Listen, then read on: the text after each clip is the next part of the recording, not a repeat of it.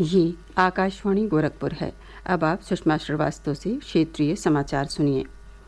मुख्यमंत्री योगी आदित्यनाथ ने चित्रकूट के रानीपुर वन्यजीव विहार को टाइगर रिजर्व के रूप में विकसित करने के निर्देश दिए हैं। प्रदेश का ये चौथा टाइगर रिजर्व होगा। लखनऊ में कल राज्य वन्यजीव बोर्ड की बैठक की अध्यक्षता करते हुए श्री योगी ने कहा कि गंगा नदी में डॉल्फिन के संरक्षण के लिए डॉल्फिन पार्क भी बनाया जाए। उन्होंने कहा कि प्रदेश में गंगा और सहायक नदियां निर्मल और अविरल हो रही हैं, जिससे इनमें डॉल्फिन की संख्या में उल्लेखनीय वृद्धि हुई है और इनके संरक्षण की आवश्यकता है। उन्होंने कहा कि प्रदेश में इको पर्यटन की अपार संभावनाएं मौजूद हैं और इन्हें व्यवस्थित ढंग से आगे बढ़ाया जाना चाहिए। श्री योगी ने एक जनपद एक गंतव्य योजना के तहत इको पर्यटन वाले स्थलों का चयन कर वहां पर्यटन सुविधाएं विकसित करने के भी निर्देश दिए। मुख्यमंत्री ने कहा कि लखनऊ के कुकरैल वन क्षेत्र में नाइट सफारी और अत्याधुनिक चिड़ियाघर बनाया जाएगा। उन्होंने कहा कि ये नाइट सफारी प्रदेश की ही नहीं बल्कि देश की पहली नाइट सफारी होगी। श्री योगी ने इस अवसर पर प्रदेश के 4 वन्यजीव रेस्क्यू सेंटर का भी शिलान्यास किया। ये सेंटर चित्रकूट के बहिलपुरवा, मेरठ के हस्तिनापुर, पीलीभीत के गोपालपुर और महराजगंज के मधवलिया में बनाए जाएंगे। उन्होंने 2 वर्ष के भीतर इनका निर्माण पूरा करने के निर्देश दिए हैं। प्रदेश में कल हुए विरोध प्रदर्शन में पुलिस ने अब तक 230 लोगों को गिरफ्तार किया है। अपर पुलिस महानिदेशक कानून व्यवस्था प्रशांत कुमार ने कहा कि पुलिस और सुरक्षा बल संवेदनशील इलाकों में लगातार गश्त कर रहे हैं। उन्होंने कहा कि उपद्रव करने वालों की पहचान कर ली गई है और उनके खिलाफ कड़ी धाराओं में मुकदमे दर्ज किए जा रहे हैं।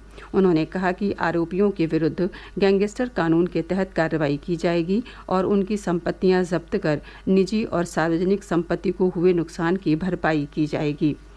इस बीच मुख्यमंत्री योगी आदित्यनाथ ने आज उच्चाधिकारियों के साथ प्रदेश में कानून व्यवस्था की स्थिति की समीक्षा की। उन्होंने कहा कि माहौल बिगाड़ने वाले समाज विरोधी तत्वों के खिलाफ कठोरतम कार्रवाई की जाएगी।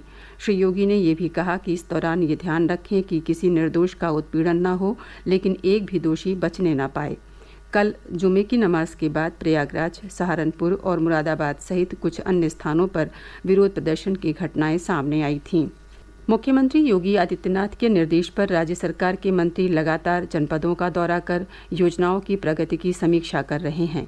इसी क्रम में जल शक्ति मंत्री स्वतंत्र देव सिंह, बेसिक शिक्षा राज्य मंत्री संदीप सिंह और समाज कल्याण राज्य मंत्री संजीव कुमार गौड़ ने आज गोरखपुर में संचालित विकास परियोजनाओं की समीक्षा की। उन्होंने गोविंद गौशाला, विकास भवन के निपुण भारत केंद्र और integrated traffic management system ITMS केंद्र नगर निगम का निरीक्षण कर वहां की व्यवस्थाओं का जायजा लिया। मंत्री समूह ने अधिकारियों को योजनाओं को समयबद्ध ढंग से पूरी गुणवत्ता के साथ पूरा करने के निर्देश दिए। कैबिनेट मंत्री और प्रदेश भाजपा अध्यक्ष स्वतंत्र देव सिंह ने आज कुशीनगर में गरीब कल्याण सम्मेलन को संबोधित किया। उन्होंने कहा कि प्रधानमंत्री नरेंद्र मोदी के नेतृत्व में पिछले 8 वर्षों में केंद्र सरकार ने देश को नई दिशा देकर विकास के नए आयाम गढ़े हैं। उन्होंने मोदी सरकार की विगत 8 वर्षों की उपलब्धियां गिनाते हुए कहा कि विश्व में भारत का सम्मान बढ़ा है और देश में आतंकवाद, अराजकता और भ्रष्टाचार के लिए अब कोई स्थान नहीं है।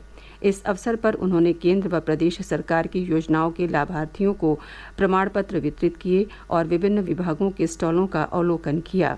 राष्ट्र आज महान क्रांतिकारी और स्वतंत्रता सेनानी रामप्रसाद बिस्मिल को उनकी जयंती पर भावभीनी श्रद्धांजलि अर्पित कर रहा है।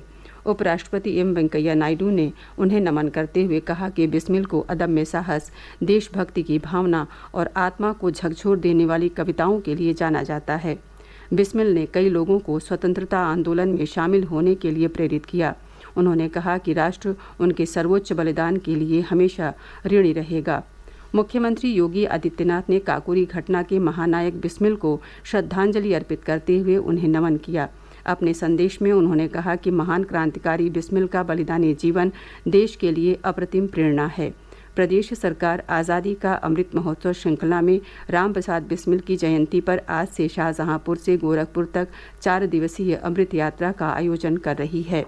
मौसम विभाग ने आगामी 15 जून से पूर्वी उत्तर प्रदेश में कुछ स्थानों पर वर्षा होने का अनुमान जताया है। हालांकि आज से भी पूर्वांचल के 1 या 2 स्थानों पर हल्की वर्षा हो सकती है। इस बीच मानसून मुंबई समेत मध्य महाराष्ट्र और कर्नाटक के कुछ अन्य भागों तक पहुंच गया है और लगातार आगे बढ़ रहा है। इसके साथ ही क्षेत्रीय समाचारों का ये बुलेटिन समाप्त हुआ। नमस्कार।